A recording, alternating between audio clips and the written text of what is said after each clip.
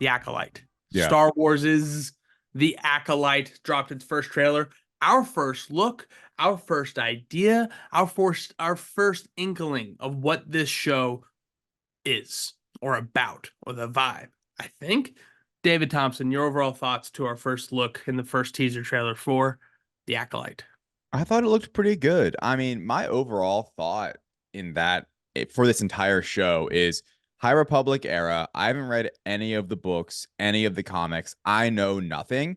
And for me, this is a brand new story. And I'm excited that Star Wars is venturing into brand new eras of Star Wars in live action, right? It's cool to do books, it's cool to do comics. I'm not so much into those just because honestly, with all the novels, it's like I don't know where to start. I don't really want to dive into one. For what it's worth, I want to read other things first. But with all that being said, the trailer I thought specifically looked good, looked fine. It looks interesting. Obviously, all of the Jedi. I think one problem I maybe have is like it's 100 years before Phantom Menace.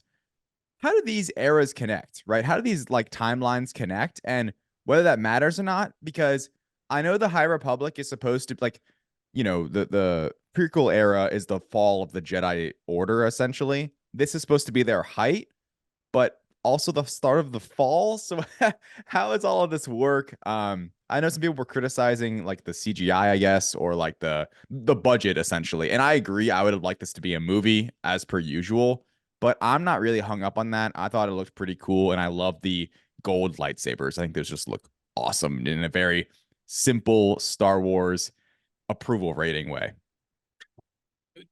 We've gotten three shades of yellow in lightsabers over the last 4 or 5 years. I Yeah. just realized we got the yellow one, the Rey Skywalker one, which is undoubtedly awesome. It's just I hate that moment so much. Love the way it turns on, a little It's rotating.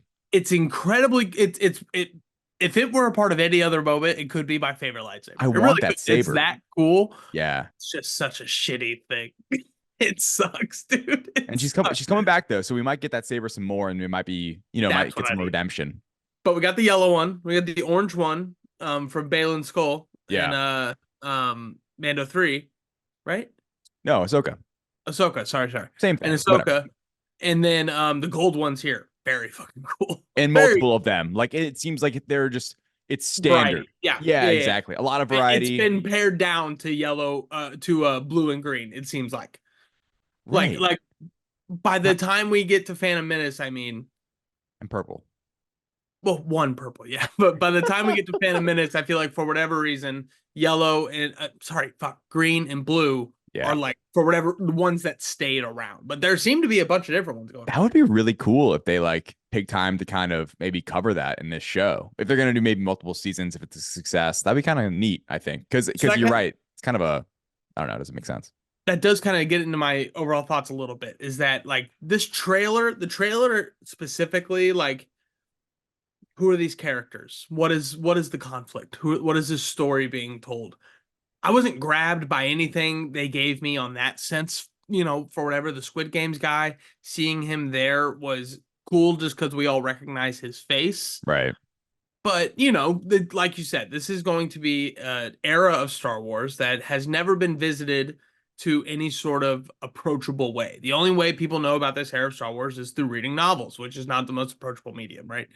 I think it's interesting. I hope there is no long lasting connection between this and anything we've gotten so far. Right. A note of a prophecy, maybe, right? Maybe. But now that we've seen Dune, I hope there's no prophecy talk going on here, if I'm being completely honest. But I think it'd be cool. a hint of a prophecy could be very cool. I agree. Yeah. Uh, but I think what I want more than anything is what Star Wars does so goddamn well so often. They take one line from a movie or a show or whatever, and they extrapolate it. The Rogue One is one line from one movie that they turned into an entire story, and it was Oh, amazing. it's The amazing. way the way that the first Star Wars movie talks about the Clone Wars and talks about the fall of the Jedi makes those prequel movies such an awesome idea that, oh, we're gonna get that story now, right? And so on and so on. We've heard about the height of the Jedi so often. in our lives. We throughout Star Wars, we have heard about the Jedi being at the top in the Peacekeepers of the Galaxy. We've heard that time and time again. And the only time we've ever seen it was at the very beginning of Phantom Menace where it started to all fall apart, right? This is going to be such an awesome way to kind of explore what that is, get things like you were just talking about, the colors of the lightsabers. Does that mean anything? What does it mean? How can that be extrapolated in with that knowledge now used in other things? I just thought about it when you were talking about it just now for some reason. Yeah. When that girl in the trailer says, "What's that?" and we see the red lightsaber cut through the trees, Yes. is that the first time they ever saw a red lightsaber? Well, that's the thing. In the trailer, it makes it seem that way, but I could see that being like a big time editing trick, right? For sure, But for I sure. But but I, like, that's the idea where it's exactly. like they are just completely unaware. And what's interesting, and so many people have gotten into this already online, where it's like, okay, but in the prequels, they say there hasn't been a Sith in like 1,000 years. Basically, like they haven't emerged. But I'm not getting hung up on that. You So can many retcon people that. are. You can. And I know like there's a lot of theories in terms of like Sidious, Darth Plagueis the Wise. I thought that's where you were going earlier in terms of like, oh, we've heard about the Clone Wars. We've heard about this. We've also heard about Darth Plagueis the Wise, No, no, no, no, no. which could, I mean, it genuinely could tie into this. But I agree with you in the sense that I hope it doesn't tie into it, because that was my opening point of like, I want to explore different timelines of Star Wars that can stand on their own with new characters. I'm excited to learn about new characters, right? Like, and it all be, unattached. Like where you can just learn about these new Jedi, get connected to them, hopefully fall in love with them, and then just go from there. Like, I think this is going to be such an exciting Star Wars project, because so many other projects, everything, Ahsoka, Mando, everything is connected, and this seems the most disconnected that we've seen on at least Disney Plus. Well, Andor. But Andor is it's connected to Rogue One, right? It's in Well, yeah, yeah, it's but in a like, very it's in that era. Like that is a sure, very familiar era. We know the story. We are just I see seeing what a you're saying. prequel, a very direct prequel to a story we We already know know. the ending. This we really, I mean, we don't know these characters. Could At be least anything. I don't.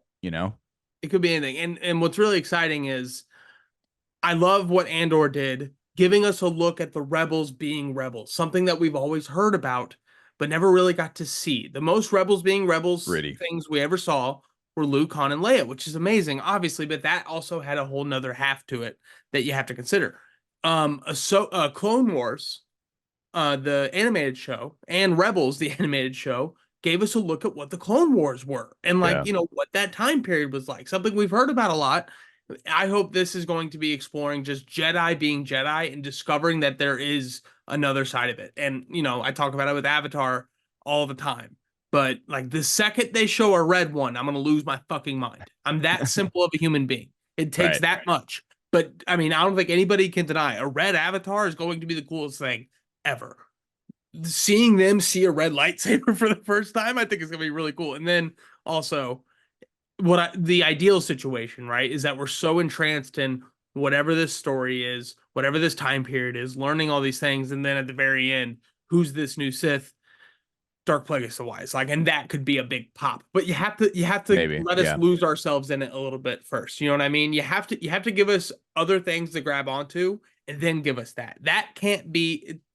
I hate to say it, but that's what Obi-Wan was. Obi-Wan was stretching out the same thing for 4 episodes. It was 4 episodes of the Yeah. same, oh my God, kind of thing. And I This think I hope it's paced a little better here. And one thing I'm scared of, and Thomas Carter Rochester, I know you're listening and I know you're not this person. Star Wars fans suck a lot of the time. Book fans, a separate fandom, are very gatekeepery a lot of the time. I know growing up as a Harry Potter fan. Any sort of book gatekeeping, like you can't like this show because you didn't read the book, I will come down with a swift a hammer of sarcasm and ridicule on anybody I see on Twitter doing that because that's so dumb and it's so silly. And Harry Potter book fans really dove into that back in the day. Star Wars fans being what they are, I can see a lot of book gatekeeping coming from this, and I will not stand for it. Yeah, my last comment was actually going to be something like that, where it's interesting to me that the books are, I assume, about them just being these awesome Jedi. I don't know. Going on It's not adventures an and it, shit. it doesn't sound like an interesting story, honestly. Them Yeah. being at their height isn't interesting, and I think that's why the Acolyte show, the actual live action adaptation, is going to Yeah. be, where there's actually some conflict. What the hell happens? What is that? And then we get the swinging red lightsaber. So overall, I'm excited. My expectations are not through the roof, but I'm excited to see what it is. To me, at this point, as a Star Wars fan, if the Acolyte sucks, whatever. Like, that's the thing with it being disconnected.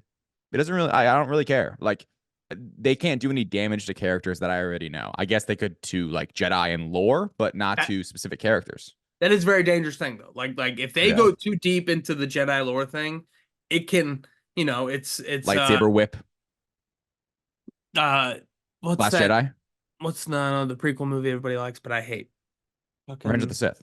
third one, yeah. When he says, only a Sith deals in absolutes. Absolutes. Everybody loves that line, right? It's literally the opposite of what Yoda says. Yeah. Like don't do that shit. Right. Like don't Do fuck or do with not. that There is no stuff. try. That's Are you kidding me? Like it's the exact same thing. It's pisses me George off. Lucas, it just, if we just ask him, he'd make sense of it all. Don't worry about it. Can't have it. Cannot have it. That's the Acolyte. I will say it lacked a little umph. Lacked a little bit of umph. Mhm. It, A it's little the most epicness. there's a lot of hate online, a ton of dislikes I saw. Like it's What more is that? disliked than liked on YouTube. Is that on some bullshit or is that for real? I think Star Wars fans just aren't vibing with it. I don't know.